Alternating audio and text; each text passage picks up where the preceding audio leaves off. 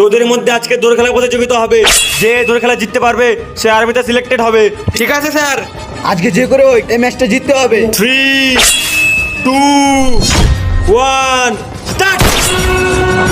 ওই দাঁড়া। আরে স্যার, আমি যদি এই দৌড় খেলা হেরে যাই তাহলে কি আমি আর্মিতে সিলেক্ট হতে পারবো না? না, তুমি সিলেক্ট হতে পারবে না। ঠিক আছে স্যার।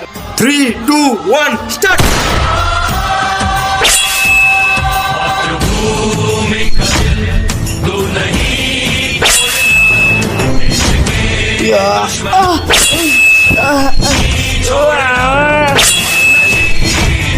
ইয়েস, আমি দৌড় খেলায় জিতে গেছি। এখন আমি আর্মিতে সিলেক্ট হয়ে যাব। Pawan, you are selected. তুমি আর্মিতে সিলেক্টেড হয়েছো।